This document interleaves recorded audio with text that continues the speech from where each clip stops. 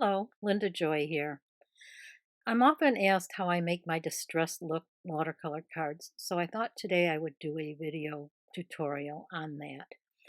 This stamp from Impression Obsession is very lovely, and I thought it would make a perfect card to show this technique.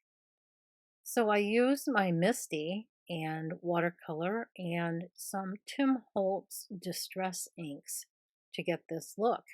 And the colors will be listed in the video description below, and so will all of the other supplies that I used to make this card.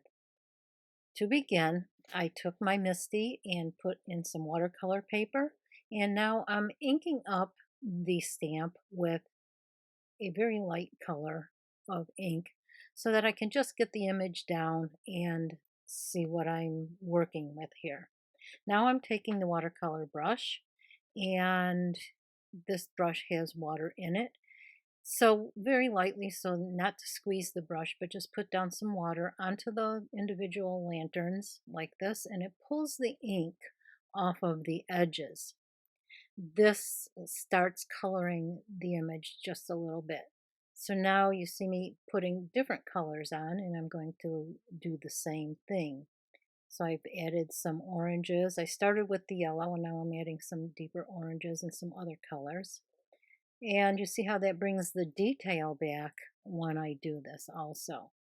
But I'm going to take the watercolor brush again, and this time I'm going to just put it in certain sections of the image that I want to be a little bit darker and that I want to show that they're behind other lanterns and give them some shading. Now I have the green here that I'm going to do the stems with. And I just used my finger to take some of the green ink off of the stamp before I stamped it there. Now I have some refill inks on a tile that I purchased at Home Depot. And I'm going to be using my water brush to pick up some of those colors of ink and start deepening the colors on my images. Now you want to use a light touch and very little water. And what I'm doing here is just putting in the shading, and you want to leave a highlight area. So you kind of want to, wherever you want your highlight, which mine are right in the front near the top. And I'm trying to keep that area open and lighter so that the dark colors don't go on there. As I'm coloring, I'm aware that of my brush and the color and the wetness of it. And what you don't see off camera is I'm frequently taking water off of the brush and cleaning the brush off between the colors. What I did here was I just am stamping the details back in, so I'm adding various colors onto the stamp, and again using my finger to take colors off where I didn't want them. And you see how that brings back all of those details in the stamp, in the image here. So now I'm just adding the green to the stem, and there is the finished image.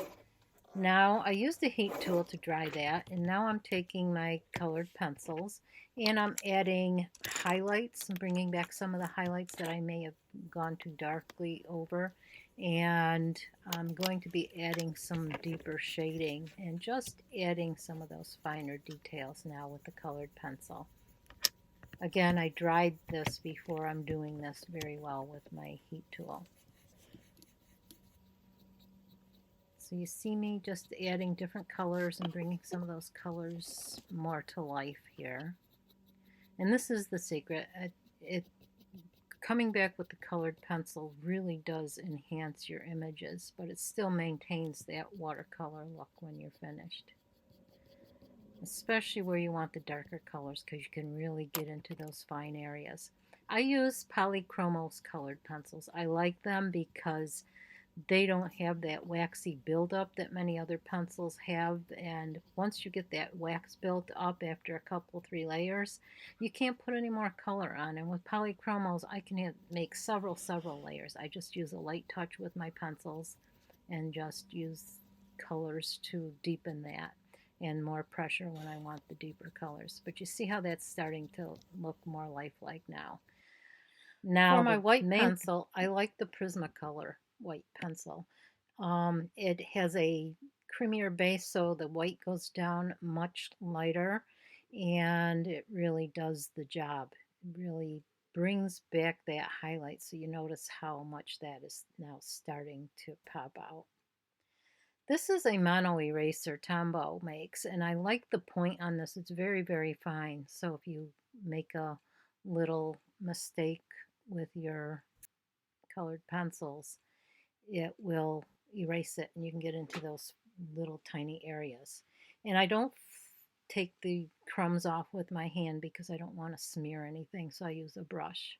Now I'm going to stamp some more of the images up here, and at the first part where I colored these lanterns, some of the video coverage was missing because I neglected to press the record key. So you're going to see that in its entirety here. So how I went from this point right here to where we are now, there was a tiny area where that was missing. So I thought, well, when I do the next two layers of colors, you'll see how that came together. So again, I'm just working off of the re-inkers that I have over on my little tile and doing the same thing, just putting the colors in. Now if you put color where you don't want it and that highlight goes away, you'll see me going in with a clean, clear brush. What I do is I rinse it off in water and just come back with it and fairly dry, and I'll kind of push it down and hold it on the paper, and that will take some of the ink off of the area where you want it a little bit lighter. So here I am putting my shading in. I broke my wrist back in April and I'm still having a lot of trouble with arthritis in it, so it's hard for me to turn it at certain angles. So what I'm doing is turning my Misti as I go. It's just a comfort thing too. So you see how that detail's starting to come back into these. And now you see where I'm pulling the color off with my clean brush. See how that lifts off all that color? Just a clean, clear brush with a little bit of water. So it's just constantly going back and forth, adding the details back in when you're finished, and that kind of just brings it to life. Now we're going to start the background, and I used some shades of blues and greens, which I listed in the video description below. Now you see me going in with a clean water and just putting down some water first, and now I'm going in with some blue right over where the water was. And this is where you want to kind of be careful of the edges on the images, because when you touch them, some of them will start to bleed into the other areas. So make sure you dry this really, really well with a heat tool before you even start this part of it. But again, going with the clean water and now just adding some color. And as I get close to the images, I'm very careful to not pull color out. If a little bit comes out, and it does, it's not really a big deal as long as you don't get too much going. Now I just finished it up and I'm heating it again to make sure everything is dry. Went back with more coats of it so that it's darker. And I added a little bit of green in there too, so I thought that would be a nice. I don't like it really smooth. I like that kind of textured look that it gives it. I think it just gives it a nice look. Now I'm going in with one of our cover a card stamps, and I want to do a French text on the outside. So I took a piece of vellum and I traced these images and made some masking paper out of that, and I put it over the images. Inked up the stamp intermittently. You don't want the whole thing, you kind of want just bits and pieces. And I'm just really pressing that hard onto the card. And I'm going to do this with this is our boho star, and what I'm doing is inking it up, and then you see me put a piece of paper on there. That's because I want what's called a secondhand image. I don't want it to be really dark on there. I kind of just want it to be in the background. So I'm inking the stamp, Then I'm taking some of the ink off with scrap paper. And now for the reveal. And there it is, all ready to make into a card. At this point, you want to get it nice and dry. Now I'm going to show you how to make a straight verse. I use a T ruler in my Misti. So I put the verse down where I think it's straight, and then I use my T ruler. You saw me line it up with the right edge of the Misti, and I put the stamp in, and then I just move it around until it's straight. Now I take a piece of vellum and I test it just to make doubly sure. And I love vellum for this purpose. I do it all the time. I stamped my image on a panel that I had brushed some of the color on, and then I cut it down, and I'm going to add it to the card afterwards. Now I want to distress the edges, and my favorite colors for this are Vintage Photo and Wild Honey. So I'm going around the edge with the Vintage Photo with a applicator brush.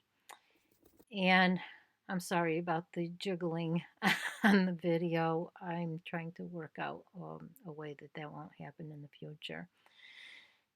Now, a tip that I learned from Jill Foster with Penny Black is to warm up that edge so it's not quite as cool and harsh, is to take the wild honey and put that on there. And you see how that just gives it a nice warm glow. So I finished off the card by attaching the verse, and I put some ribbon under it that I just kind of curved under and stuck it under there. And this is how it's done. I hope you liked this video, and if you do, please give me a thumbs up and please subscribe to my YouTube channel. I would really appreciate that. Thank you so much for watching. Have a great day. God bless.